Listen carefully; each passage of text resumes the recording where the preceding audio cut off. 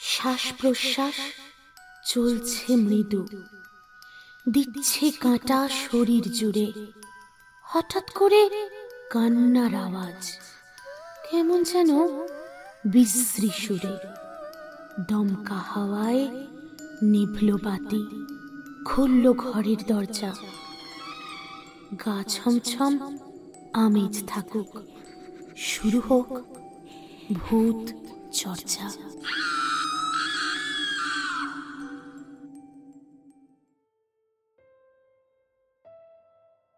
অয়ন মফস্বলের সাধারণ ছেলে, সদ্য চাকরি পেয়ে চলে এসেছে কলকাতায়। শহরের ব্যস্ততা, মানুষের ভিড় আর চলমান সময়ের কোলাহলের মধ্যে অয়নের মতো একজন নিরীহ যুবকের পক্ষে নিজেকে মানিয়ে নেওয়া সহজ নয়। তবুও দু চোখ ভরেছিল স্বপ্ন। নিজের পরিচয়, নিজের পায়ে দাঁড়ানো, নিজের আইডেন্টিটি তৈরি করার স্বার্থেই মফস্বল ছেড়ে চলে এলো ও কলকাতায়। এই কলকাতা শহরে সেভাবে চেনা জানা কেউ কখনোই ছিল না অয়নের। তাই প্রাথমিকভাবে অফিসের তরফ থেকে জানিয়ে দেওয়া হয়েছিল যে ওর থাকার ব্যবস্থা অফিস থেকে করে দেওয়া হবে, তার বিনিময়ে মাইনে থেকে কেটে নেওয়া হবে ভাড়ার টাকা। কিন্তু কোনো এক অজানা জটিলতায় সেই ব্যবস্থাটা শেষ মুহূর্তে ভেস্তে যায়। কলকাতার মতো শহরে এক রাতেই নতুন ঠিকানা খুঁজে পাওয়া যেন এক দুঃস্বপ্ন। তাও ভোরবেলা অফিসে রিপোর্ট করতে হবে ভেবে তড়িঘড়ি এক সহকর্মীর শরণাপন্ন হয় অয়ন। সেই সহকর্মী অবশ্য সরাসরি কোনো বাড়ির সন্ধান দিতে না পারলেও অয়নকে ধরিয়ে দিল এক জমি বাড়ির দালালের নাম্বার। এই দালাল ভদ্রলোক বিধাননগরে একটা ব্রোকারি এজেন্সি চালান। নাম সুকুমার। নিপাট ঠান্ডা মানুষ সুকুমার বাবু।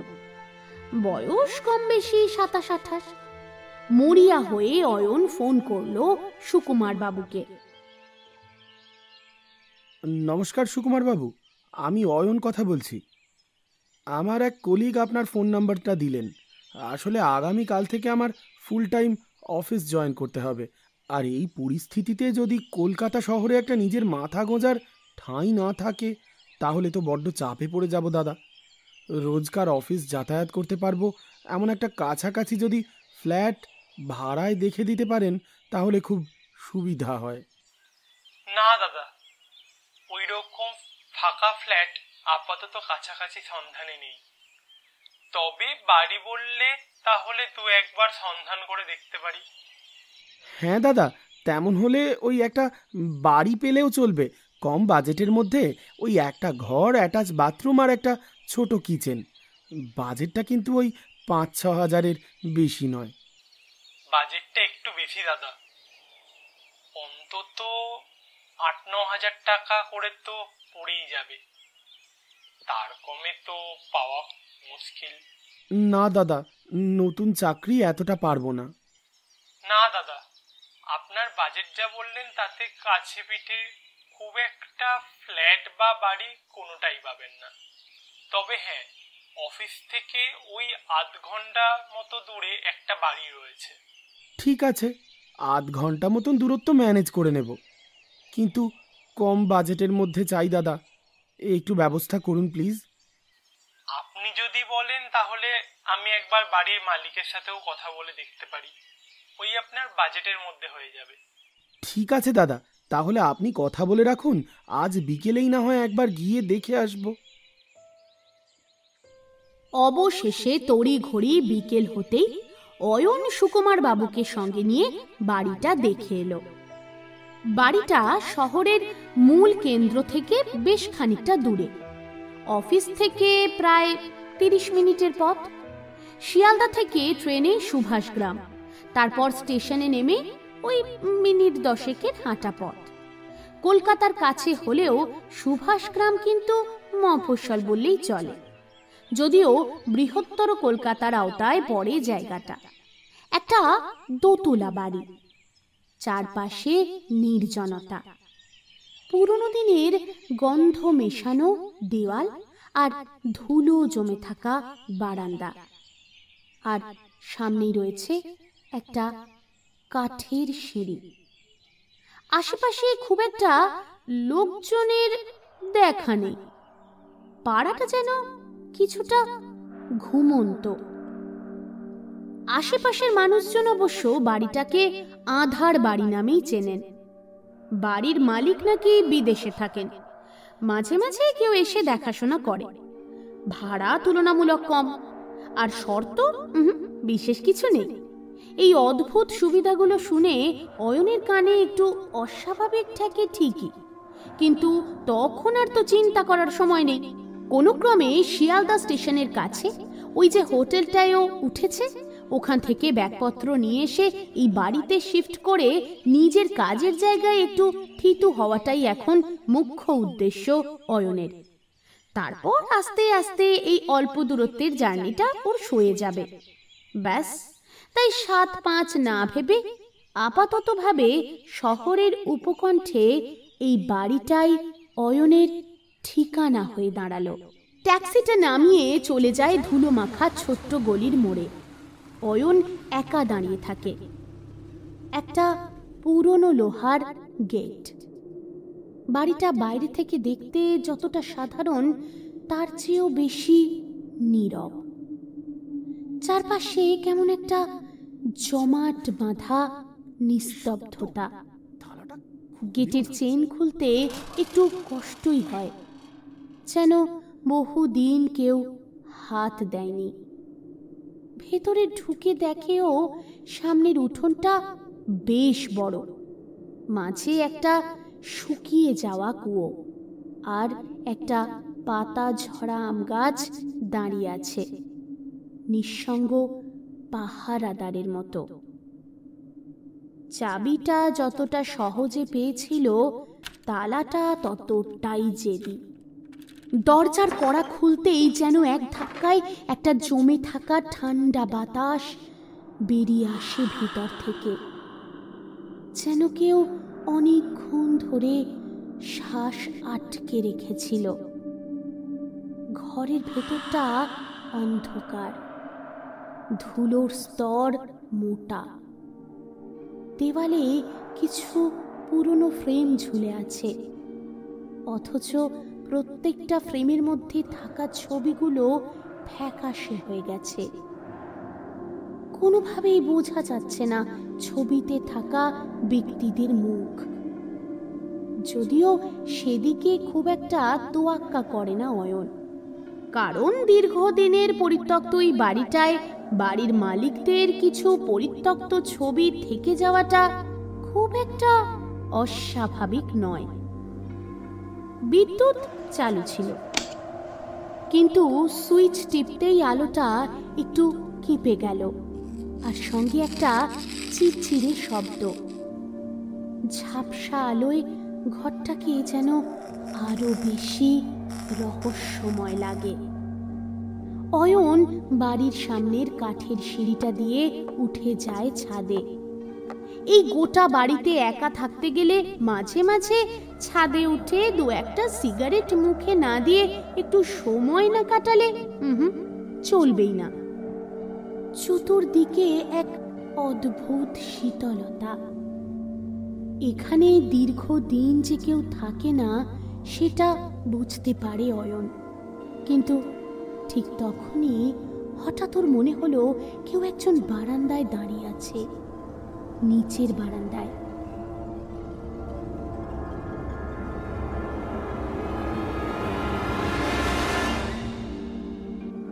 সেদিকটাতে ভালো করে নজর দিতেই হঠাৎ দ্রুত সরে যায় সেই ছায়া মূর্তি।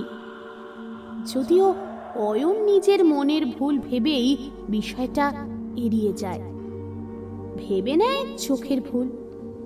কিন্তু যখন নিজের ব্যাগটা বিছানায় রেখে ঘর থেকে বেরোতে যায়, পেছন থেকে হালকা একটা শব্দ আসে, চুপি চুপি কড়া নাড়ার মতো। কে কে কে ওখানে? অয়ন পিছন ফিরে তাকায়। দরজাটা একটু খোলা, আর সেই ফাঁক গলে যেন একটা ছায়া সরে যায় নিঃশব্দে। যদিও আবারও বিষয়টা এড়িয়ে যায় অয়ন।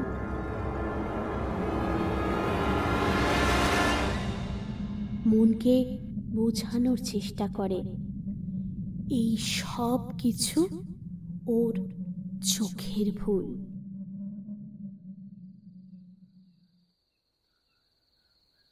সারা দিনের ধকল আর ক্লান্তি, শেষমেশ শুয়ে পড়ে অয়ন।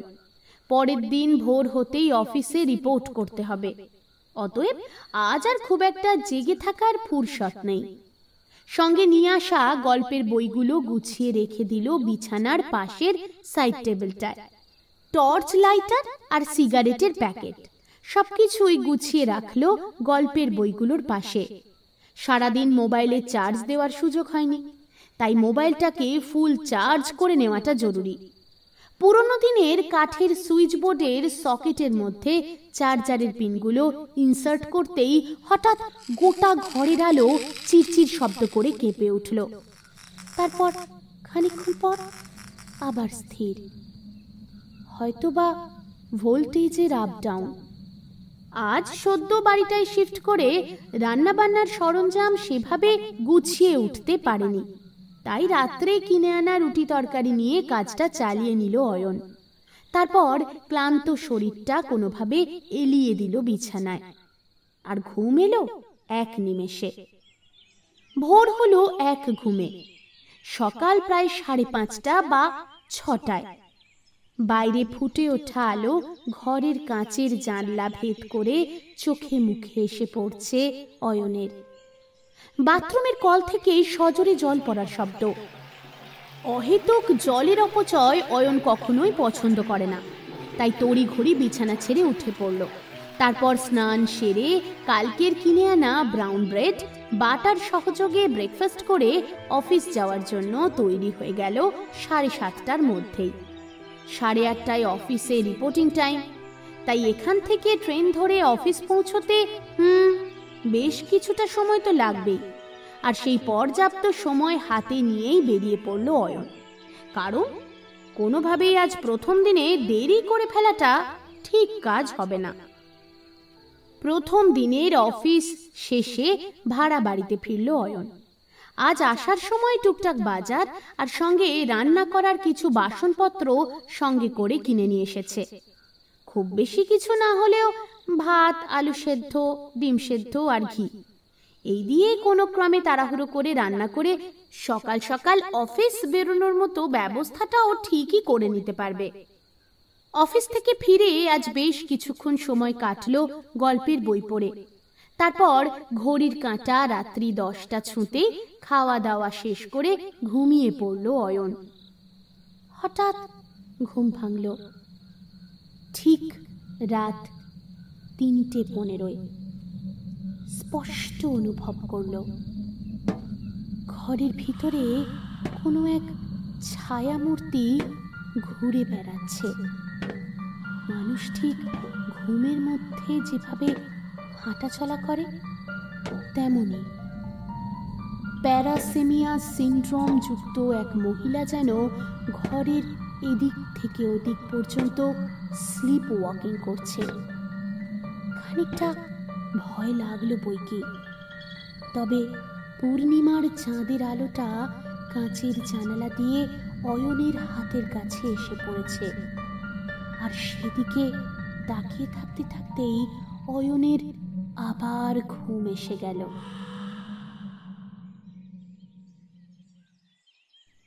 পরের দিন অবশ্য অফিসে গিয়ে কাজের চাপে বেমালুম ভুলে গেল রাতের ঘটে যাওয়া এই ঘটনার কথা।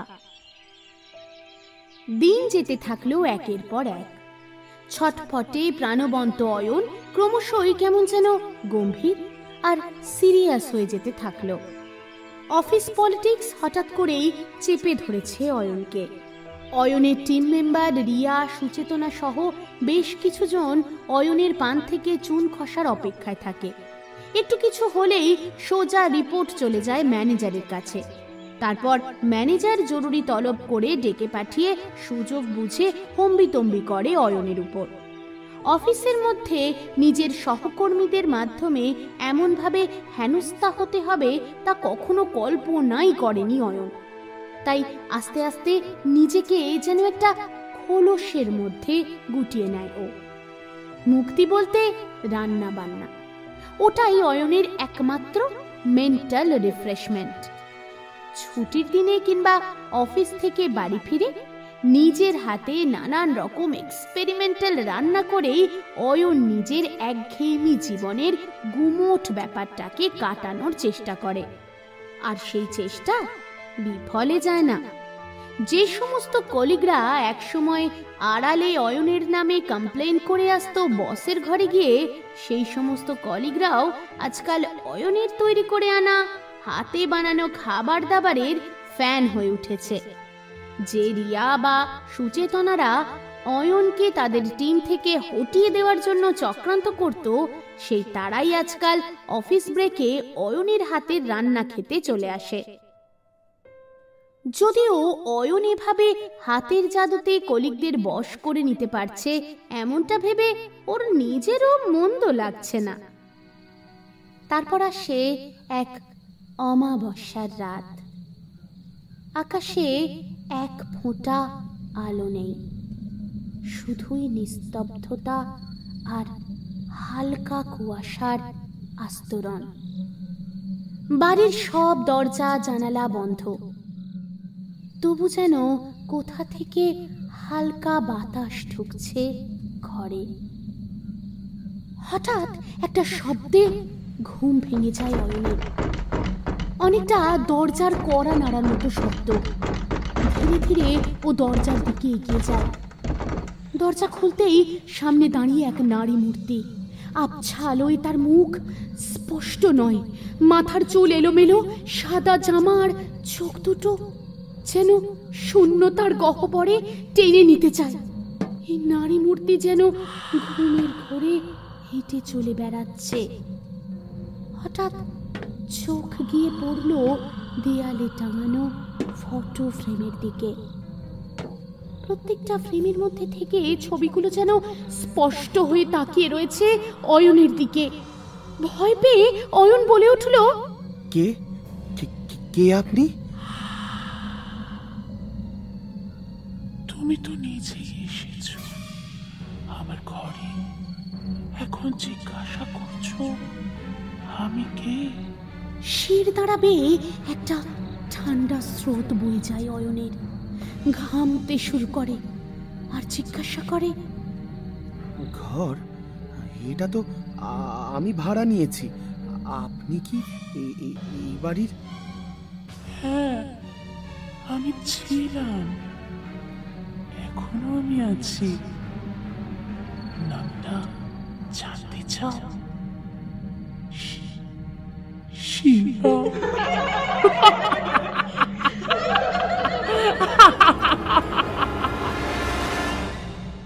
নামটা কেউ আর ডাকেই না, এখন শুধু ছায়া হয়ে গেছে। তুমি এখানে থাকছো, তাই কিছু জানতে হবে তোমাকেও। প্রতি অমাবস্যার রাতে আমার জাগতে ইচ্ছে করে। জীবদ্দশায় অমাবস্যার রাতে ঘুমের ঘুরে হাঁটতে হাঁটতে আর ঘুম থেকে ওঠা হয়নি। এখন আমার ঘুম শেষ, এখন আমার ঘুম শেষ, তোমার ঘুম শুরু, তোমার ঘুম শুরু। মানে কি কি বলছেন আপনি? এই বাড়িতে কেউ বেশি দিন থাকে না অয়ন, কেউ পারে না। কারণ রাত বাড়লে ছায়ারা জেগে ওঠে। ছায়ারা? ছায়ারা? আপনি আপনি কি বাস্তব? আমি আমি আমি ছিলাম, এখন আমি গল্প, স্মৃতি আর একটা অভিশাপ। তুমি চাইলে চলে যেতে পারো, এখনো সময় আছে। আর যদি না যাই? তাহলে আমি আসবো, আবার আসবো প্রতিটা অমাবস্যার রাতে। আর এমন করে একদিন তুমি আর ফিরতে পারবে না ঘুমের দেশ থেকে। মুহূর্তের মধ্যেই সেই ছায়ামূর্তি মিলিয়ে যায় অন্ধকারে। অয়ন দরজার পাশে দাঁড়িয়ে, হৃদস্পন্দন থেমে আসার মতো অনুভূত হয়। ঘামে ভেজা কপাল, কিন্তু বাতাস ঠান্ডা ঠান্ডা আর ভারী।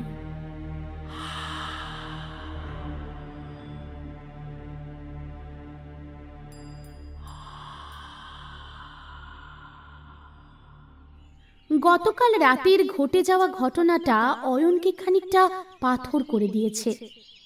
গোটা বাড়িটায় একা থাকাটা এখন ওর কাছে বিভীষিকা হয়ে দাঁড়িয়েছে।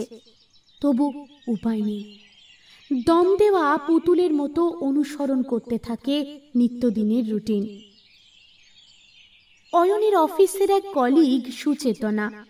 এমনিতেই সুচেতনা মুখমিষ্টি স্বভাবের হলেও অফিস পলিটিক্সে বেশ ভালো রকম ভাবেই পটু। প্রথম প্রথম অয়নকে খুব একটা নিজের টিম মেম্বার হিসাবে মেনে নিতে পারত না। কোনো না কোনো আছিলায় বসের কাছে অয়নের নামে নালিশ জানাতো। আর বসও সুযোগ বুঝে অয়নকে বেশ কড়া কড়া কথাও শোনাতো। তবে ইদানিং আর খুব একটা অয়নের উপর রাগ দেখায় না। হয়তো পিছনে আড়ালে নানান রকম ভাবে অপদস্থ করার রাস্তা খুঁজতে থাকে। এখন অয়নের রান্না করা খাবার খেতে খুব ভালোবাসে সুচেতনা। এমনই একদিন অয়নের তৈরি করা ফ্রাইড রাইস আর চিকেন কষা ক্যান্টিনে বসে তৃপ্তি করে খাচ্ছিল। ভালো লাগছে বুঝি? তোমার রান্নাটা না এক এক দিন যেন এক এক রকম চমক নিয়ে আসে। আজকে চিকেনটা তো বেশ মশলাদার। কার কাছ থেকে শিখলে? কারোর কাছ থেকে না, অনেক কিছু নিজে থেকেই এসে যায়। মাঝে মাঝে যেন কেউ পাশে দাঁড়িয়ে বলে দেয় কোন রান্নাটা ঠিক কিভাবে করতে হয়। আপনি আপ যেন হাতটা চলে যায়। ও, তো তুমি বলছো ভূত এসে নাড়তে শেখায়? সব সময় যা চোখে পড়ে তাই কি সত্যি? আর যা দেখা যায় না তা কি সত্যি নেই? তুমি আজ এত গম্ভীর কথা বলছো কেন বলো তো? কিছু হয়েছে?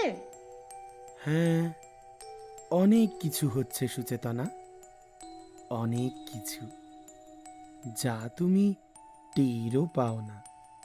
আচ্ছা, আবার অফিসে কোনো সমস্যা করেছো? বসের কানে কিছু গিয়েছে নাকি? এইবার আর তুমি কিছু বলনি, তাই না?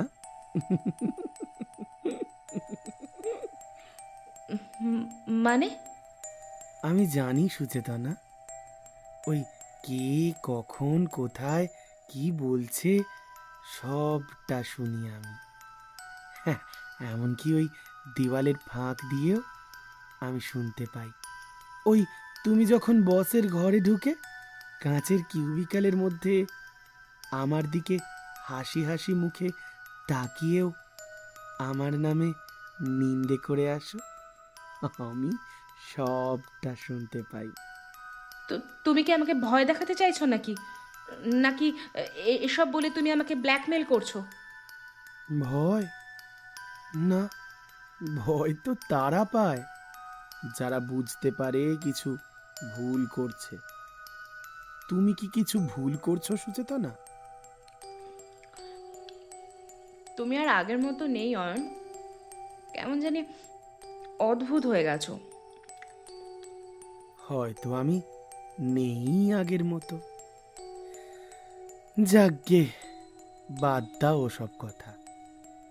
আর হ্যাঁ, আজ খাবারটা কিন্তু আমার নিজের রেসিপিতে রান্না করা নয়, একটা বিশেষ উপকরণ ছিল, যেটা শুধু তাদের জন্য যারা মুখে মিষ্টি আর মনে বিষ রাখে। উপকরণ। আরে ধুর, তুমি ভয় পাচ্ছ কেন? আমি তো এমনি মজা করছি। আর উপকরণ কি সেটা বলে দিলে মজাটাই নষ্ট হয়ে যাবে সুচেতনা। তুমি বরং খাও।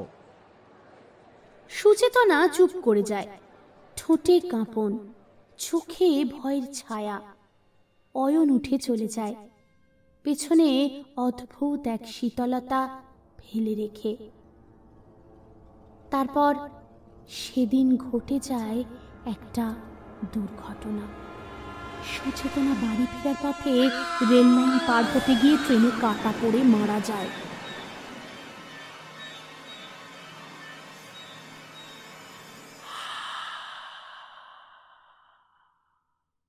এমনভাবেই চলতে থাকে অয়নের অফিস বাড়ি আবার অফিসের এক বৃত্ত।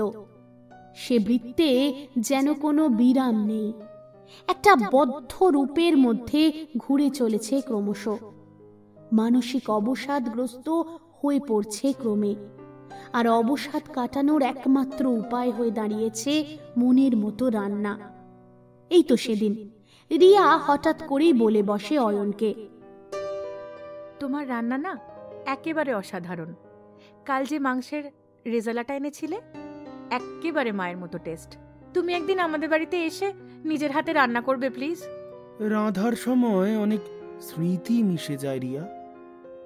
সবাই খায়, কিন্তু খুব কম মানুষ বোঝে রান্না মানে শুধু স্বাদ নয়, রান্না হলো আসলে আত্মা মেশানো গল্প।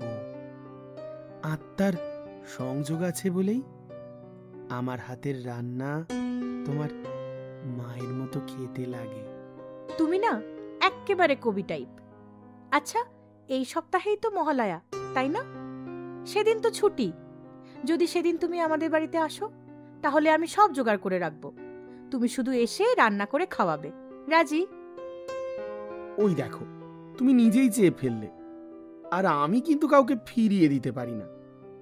মহালয়া বেশ ভালো দিন, নিরিবিলি, চাঁদ থাকে না, কিন্তু রান্নাঘরখানা আলোয় ভরে ওঠে। ওই দিন তাহলে সন্ধেবেলায় অপেক্ষা করো, আমি আসবো, নিশ্চয়ই আসবো। নিজে হাতে রান্না করে খাওয়াবো তোমায়।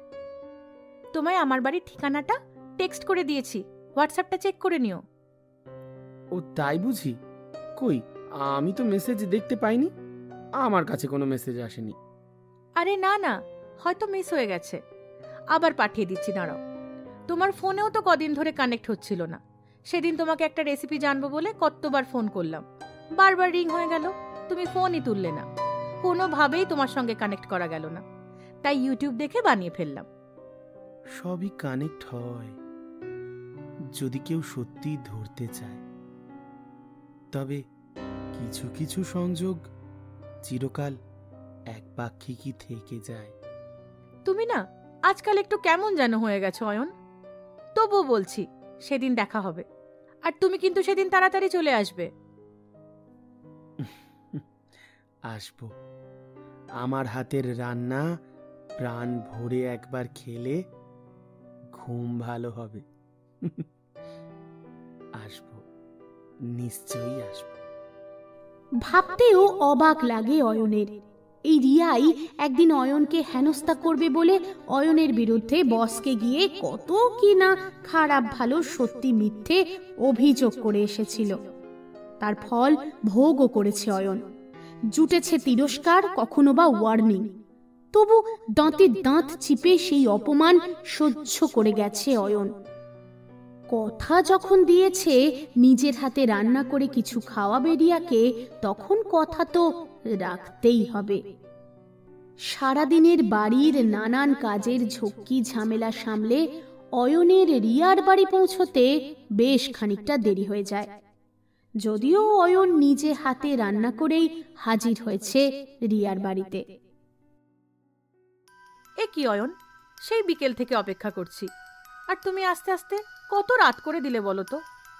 সো সরি গো, আসলে একটা কাজে খুব বাজে রকম ভাবে আটকে গেছিলাম।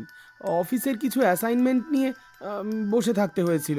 কাজ করতে করতে এত দেরি হয়ে গেছে, বিশ্বাস করো, ঘড়ির কাঁটার দিকে একদম খেয়াল ছিল না।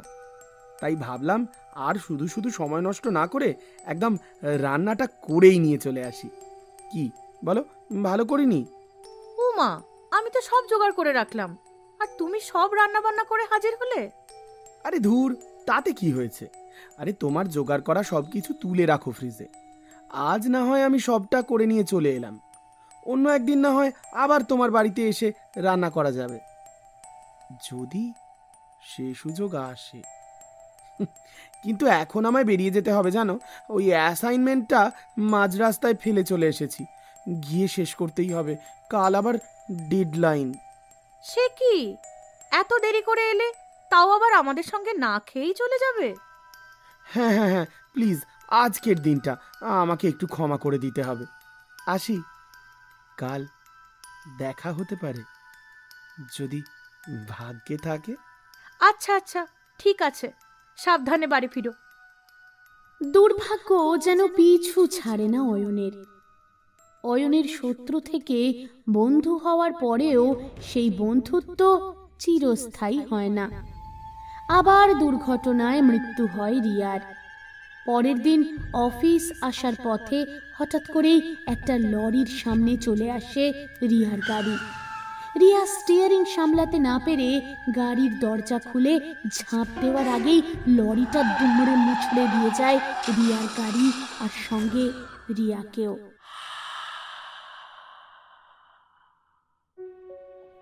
মাত্র দিন কয়েক পরেই অয়নের বন্ধু বিশ্বনাথ একই অফিসে পোস্টিং পেয়ে কলকাতায় আসে। ছোটবেলার প্রিয় বন্ধু আজ কলিগ। এক সন্ধ্যায় অয়নের অফিস থেকে বেরিয়ে বিশ্বনাথ ও অয়নের পাশাপাশি হাঁটছে। আলো আঁধারি রাস্তায় বাতিগুলো কাঁপতে কাঁপতে জ্বলছে।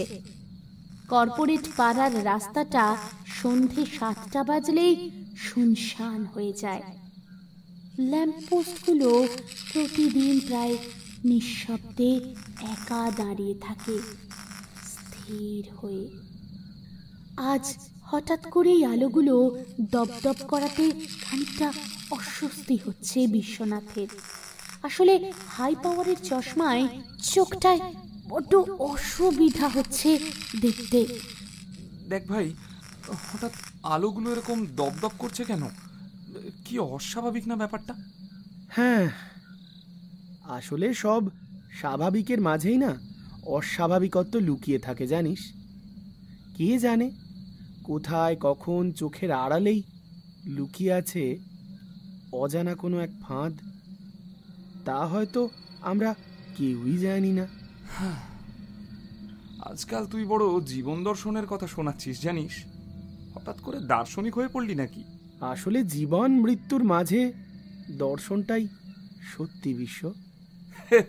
হয়ে গেল। হ্যাঁ রে, বলছি নতুন করে কোনো প্রেমে ছ্যাঁকা খেয়েছিস নাকি? সবের থেকে এখন আমি অনেক ঊর্ধ্বে, ও সব তুই বুঝবি না। ছাড়, ওসব আমার বুঝে কাজ নেই।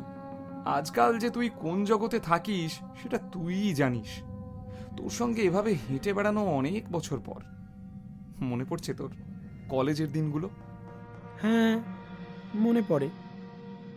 তখন সব কিছুই অন্যরকম ছিল রে। তুই গায়েব হয়ে গেলি হঠাৎ। কোনো বন্ধু বান্ধবের সঙ্গে যোগাযোগ রাখিস না। তাও তো প্রথম প্রথম চাকরি পাওয়ার পর একটু ফোনে কথা বলতিস। ইদানিং তো ফোন টোন ধরিস না, সোশ্যাল মিডিয়ায়ও অনুপস্থিত। ভাবলাম আবার সেই পুরনো হোমমেড জ্যাম আর কবিতার দিনে ফিরে গেছিস। তাও তো ভাগ্যিস আমি তোর অফিসে পোস্টিং হয়ে এলাম, তাই তোর সাথে আমার অন্তত দেখাটা হলো। এখনকার দিনে মানুষ কিভাবে হারিয়ে যায় সেটা কেউ বোঝে না, কেউ খোঁজও রাখে না। আর দেখা হওয়া সেটাও অদৃষ্ট রে। বড্ড বেকার কথাবার্তা বলিস জানিস তো। তোকে অনেকবার ফোন করেছি জানিস, কাজের চাপে ব্যস্ত ছিলিস ভেবেছি, কিন্তু রিসিভ না করাটা মোটেই খুব একটা বিবেচকের মতো কাজ নয়। তুই তো আগে এমন ছিলিস না।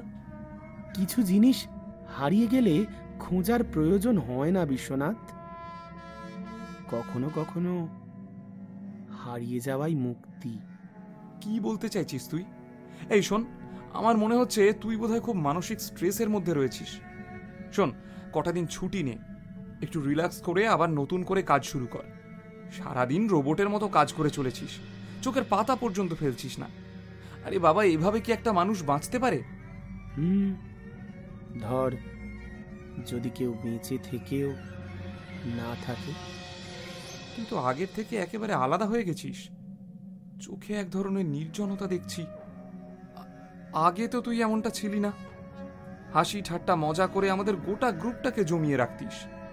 কি যে হলো তোর বুঝি না বাবা, কোথাও তুই আটকে আছিস। আটকে আছি? হ্যাঁ, হয়তো সময়, স্থান আর এক শূন্যতার মাঝে। তুই কি সত্যি ঠিক আছিস অয়ন? আমি ঠিক আছি। আমার এখন কোনো অসুখ করে না, না ঘুমের না জেগে থাকার। আমি এখন নিয়ম মেনে বেঁচে থাকি। প্রতিটা দিন, প্রতিটা রাত এখন আমার নিষ্পলক জীবন উপভোগ করার সময়। বুঝেছ বন্ধু? রাতগুলো এখন আরো বেশি প্রিয় আমার। রাতগুলো বেশি প্রিয় কেন অয়ন, কেন? নিজেকে এতটা একা করে দিচ্ছিস কেন? হ্যাঁ, দিনের সব আলো নিভে যায়, চারপাশ নিঃশব্দ হয়ে পড়ে। তখন মানুষ নিজের সবচেয়ে সত্যিকারের রূপটা খুঁজে পায়, জানিস? তুই বলতে কি চাইছিস? আমি সিরিয়াসলি কিছু বুঝতে পারছি না। আমাকে আর তোর পুরনো অয়ন মনে করিস না বিশ্বনাথ। সে অনেক আগেই শেষ হয়ে গেছে। কিন্তু আমি তোর চোখে এখনো সেই পুরনো বন্ধুটাকেই খুঁজে পাই। যেদিন সব জানবো অয়ন, আমি তোকেই প্রথম ডাকবো। সাবধানে থাকিস, রাত্রি ঘনিয়ে আসছে। আমি ঠিক থাকবো, তুই সাবধানে বাড়ি ফের অয়ন।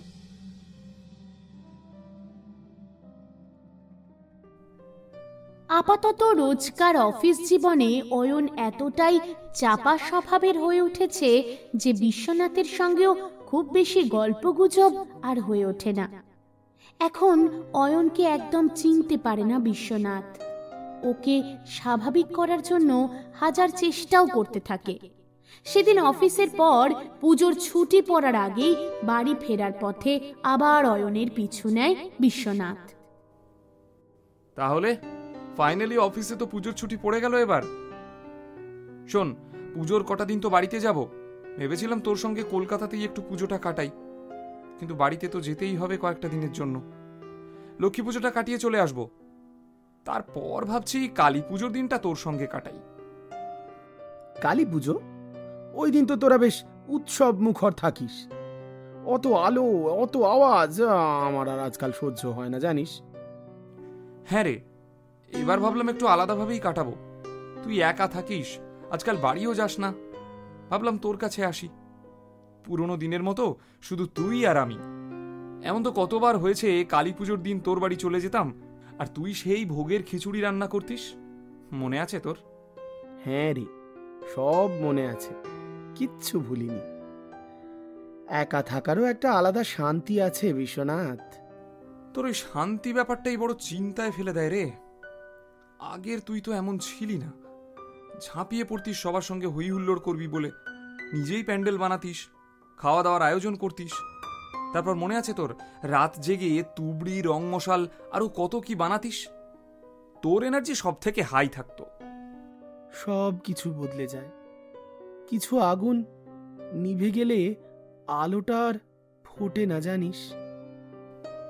তা ঠিক, কিন্তু তোর রান্না আলো এখনো নিভে যায়নি আশা করি। লুচি, আলুর দম আর সুজির হালুয়া স্মৃতিতে এখনো গন্ধ লেগে আছে। রান্না তো করি, রোজই করি। এখন তো মাঝে মাঝে অফিসের ও খুব খেতেও চায়। কখনো কখনো আমার বাড়িতে চলেও আসে ওরা, জানিস?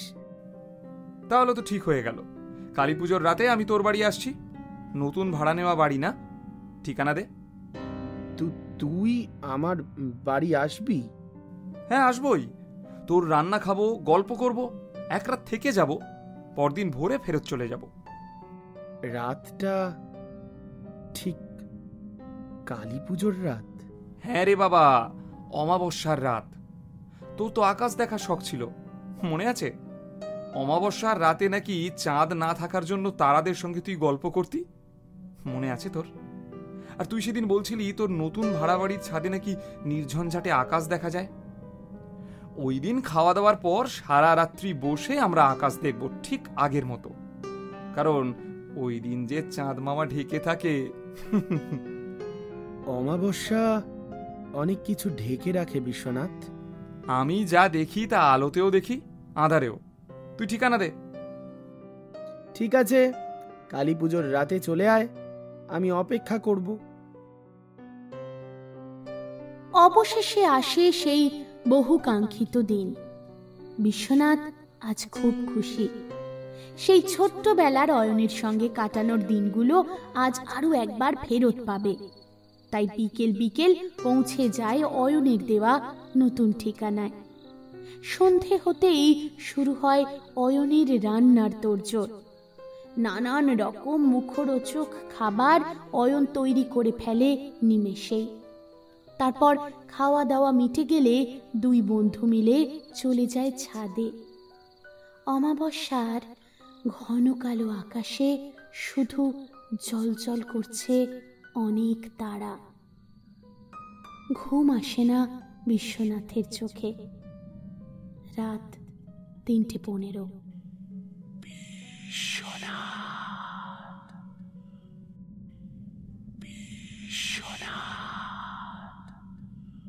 ছাদের এক কোণে অন্ধকারে ঘুম ভাঙে বিশ্বনাথের। অক্টোবরের শেষের হিমেল রাত্রিতেও ঘাম ঝরছে শরীর থেকে। ভারী নিঃশ্বাস, চারপাশে অস্বাভাবিক নিস্তব্ধতা। নিকষ অন্ধকারে আবছা চোখের জ্যোতিতে অদূরেই দাঁড়িয়ে থাকতে দেখে এক ছায়া মূর্তিকে, নারী অবয়ব। চিনে নিতে অসুবিধা হয় না বিশ্বনাথের। তার ঠিক পিছনেই স্থিরভাবে দাঁড়িয়ে আছে অয়ন, যেন একটা কাঠের পুতুল। অয়ন, অয়ন কোথায় গেলি? অয়ন। চারপাশ থেকে মৃদু ফিসফিসানি, দম বন্ধ করা গলায় কারা যেন নাম ধরে ডাকে। হাত পা ঠান্ডা হয়ে আসছে বিশ্বনাথের। শ্বাস প্রশ্বাস ঘন হয়ে আসতে থাকে।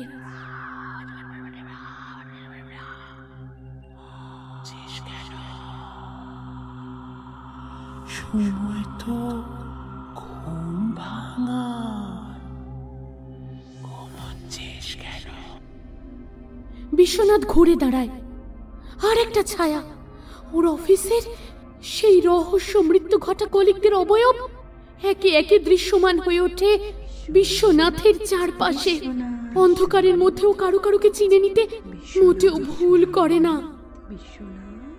কেমন লাগছে এই ছাদটা? আমি এখানে শেষবারের জন্য অমাবস্যার রাতে ঘুমোতে ঘুমোতে এনেছিলাম। তারপর ওই দেখ, ওই কাঠের সিঁড়িটা থেকে পা পিছলে পড়ে যায়। আমার ঘুম ভাঙেনি। তাই অমাবস্যার রাতে আমি ঘুম থেকে উঠতে চেষ্টা করি, আর আর এদের সবাইকে ঘুম পাড়িয়ে দিই চিরতরে।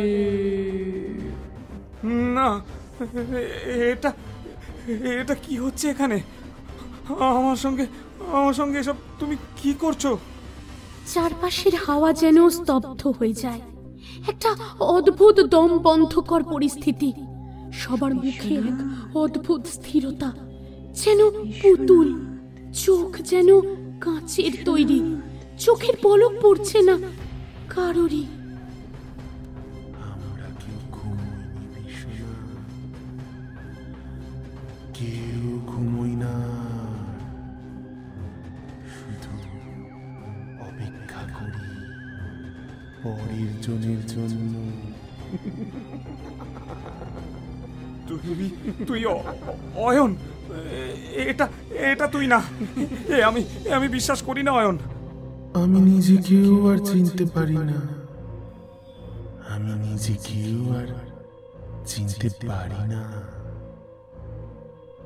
একা এলে না ফেরার দেশে যাবার টিকিট এনেছো? তুমি তুমি কে? তোমাকে তো ঠিক চিনতে পারছি না। আমার সঙ্গে তোমার কিসের শত্রুতা? হ্যাঁ, আমি তোমার কি ক্ষতি করেছি? তুমি আমার সঙ্গে কেন এমনটা করছো? উমা, সে কি আমায় চিনতে পারলে না? তোমার বন্ধু বোধহয় আমার কথা বলেনি। আমি শিল্পা। এই বাড়ি তো আমারই ছিল। এই বাড়িতেই তো আমি ঘুমের ঘুরে হাঁটতে হাঁটতে চিরতরে ঘুমিয়ে গেলাম। তুমি ডাকলে, তাই আবার উঠে এলাম। এখন আমি তোমার চোখে যাব, আর আমার চোখে তুমি ঘুমাবে অমাবস্যার ঘুম। তুমি কাকে ঘুম পাড়াও প্রতিবার? যার ঘুম আসে না, তার চোখ আমি বন্ধ করে দিই। অয়ন শুধু রান্না করে, আমি ঘুম পাড়াই চিরতরে। অমাবস্যার রাতে আলো আসে না বিশ্বনাথ, শুধু ছায়া বাড়ে, আর ছায়ারাও খেতে যায়। তোরা সবাই ফাঁদ পাতিস? এই বাড়ি একটা ফাঁদ। এবার তো তোর চোখ ভারী হয়ে আসছে না? তুই ভালো মানুষ, সৎ মানুষ, খুব মিষ্টি ঘুম আসবে। না, আমি ঘুমাবো না। না, তোর মতো ঘুম না আসা লোকেদের জন্যই তো আমরা অপেক্ষা করি। ঘুমই যখন আসছে না, তোর ঘুম আমি এনে দিই। সব ছায়ারা একসঙ্গে এগিয়ে আসে। চোখে মৃত্যুর নীরবতা, মুখে অয়নের রান্না করা খাবারের স্বাদ যেন আরো বেশি প্রকট হয়ে আসে। অয়নের চোখ যেন মন ভেদ করে মনের ভিতরটা দেখে ফেলতে চাইছে। শিল্পার নারী অবয়ব যেন অদ্ভুত একটা মোহগ্রস্ত আকর্ষণ করছে। ও ও মা কালী, আমাকে আমাকে দেখতে দাও, দেখতে দাও। শেষ আলোটা আমি আমি বাঁচতে চাই। আমি আমি আমি আমি মরতে চাই না মরতে।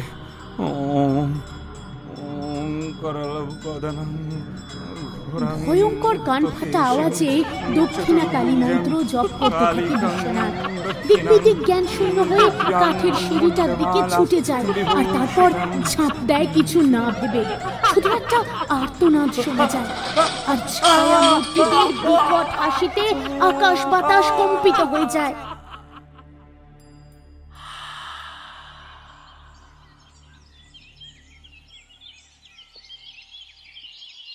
পরের দিন ভোরবেলায় আধার বাড়ির সামনে কাঠের সিঁড়ি থেকে কয়েক ফুট দূরত্বে পড়ে থাকতে দেখা যায় রক্তাক্ত দেহ। রক্তে ভেসে যাচ্ছে বিশ্বনাথের দেহ। মুখে অদ্ভুত গোঙানি, হাত পা নিঃসার হয়ে পড়ে রয়েছে। ভোরের আলো ফুটতেই ওপাড়ার গোশালদের বাড়ির পিসি ঠাম্মা হেঁটে যাচ্ছিলেন আধার বাড়ির সামনে দিয়ে। সেই সময়ই চোখে পড়ে দেহটা। চিৎকার চেঁচামেচি করে পাড়ার লোকজন জড়ো করার চেষ্টা করেন তিনি। ওরে, কে কোথায় আছিস? আরে এদিকে দেখ, দেখ কি অবস্থা! হায় হায়, কার আবার সর্বনাশ হলো রে! ওরে ওরে দেখ রে, তোরা এই ছেলেটাকে। কিন্তু ভোর রাত্রে সেভাবে পিসি ঠাম্মার চিৎকারে কেউ বেরিয়ে এলো না।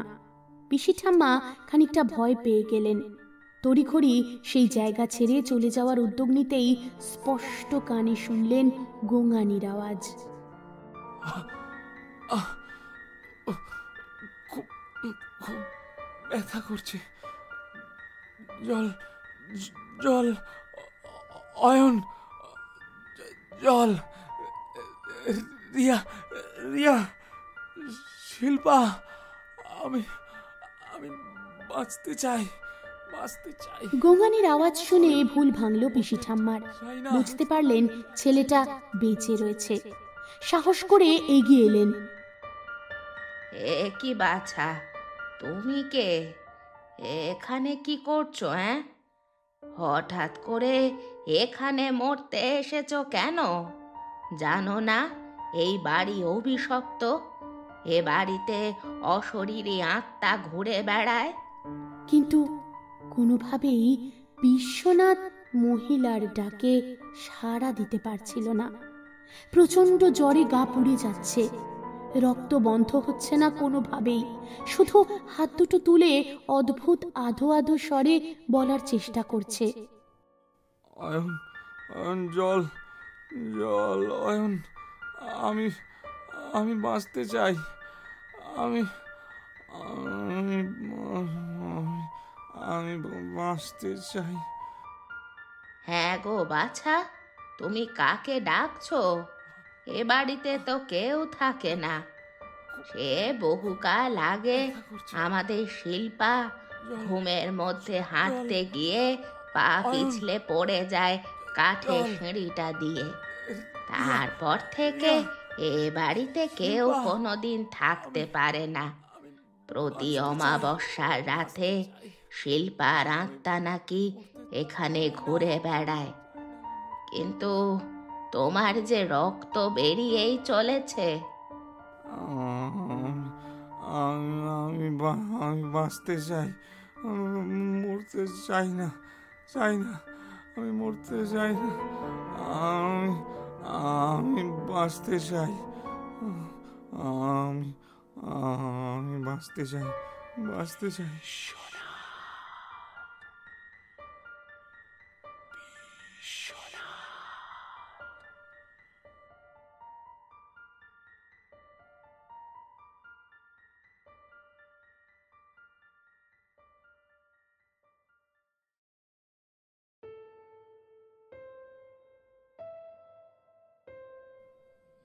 অমাবস্যার ঘুম গল্প আপাতত এই পর্যন্তই। কেমন লাগলো গল্প? ভালো লাগলে অবশ্যই একটা লাইক করে জানাবে। ভূত চর্চার গল্পগুলো যদি ভালো লাগে তাহলে অবশ্যই কমেন্ট করবে। সেই সঙ্গে চ্যানেলটা শেয়ার করতে ভুলো না।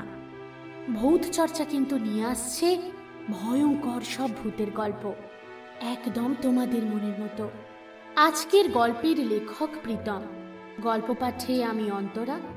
গল্পের অন্যান্য চরিত্রে আমার সঙ্গে প্রীতম তো রয়েছেই, আর সেই সঙ্গে রয়েছে সৌরভ, সায়নদীপ, মধুমিতা এবং মৌটুসী। এবার আসি গত পর্বে যারা সঠিক উত্তর দিয়েছিলে তাদের নাম ঘোষণায়। সৌম্যদীপ দাস, জগন্নাথ চক্রবর্তী, স্নেহা দাস, ঈশানী ঘোষ। আজ মাত্র এই কজনই সঠিক উত্তর দিয়েছ। যারা যারা 4th ফ্লোর উত্তর দিয়েছ তাদের উত্তরটাই সঠিক। যারা যারা 4 তলা লিখেছ একটুর জন্য ভুল হয়ে গেল। বাংলায় উত্তরটা হবে 5 তলা আর ইংরাজিতে 4th ফ্লোর। এখন সময় আজকের প্রশ্নের। আজকের প্রশ্ন, অয়ন থাকার জন্য যে বাড়ি ভাড়া নিয়েছিল সেটা কোথায়? কলকাতার একটা নিকটবর্তী জায়গা। কি উত্তরটা খুব সহজ না? যাও তাহলে চটপট কমেন্ট বক্সে লিখে দাও। কথা দিচ্ছি যারা সঠিক উত্তর দেবে আগামী পর্বে তাদের নাম ঘোষণা করা হবে।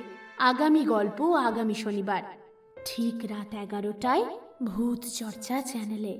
ভূত চর্চা, মধ্যরাতের ভূতের গল্প। ভূত চর্চা, আমি আর তুমি।